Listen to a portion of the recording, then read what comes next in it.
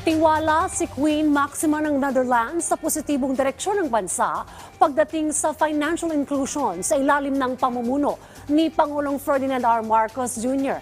Yan ang ulat ni Soo Jin Kim.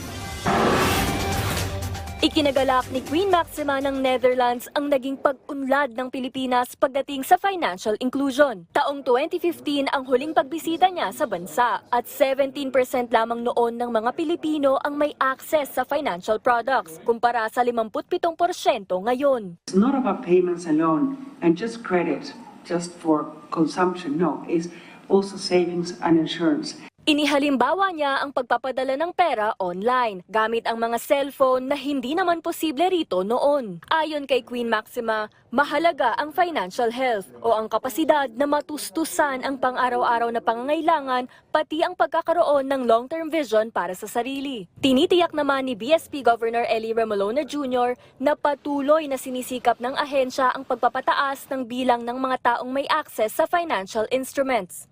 She comes with homework assignments for the BSP.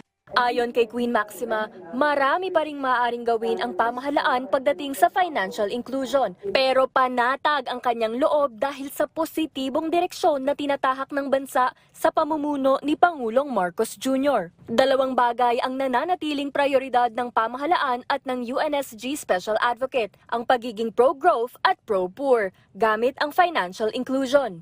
It's not only getting out of poverty, but staying out of poverty.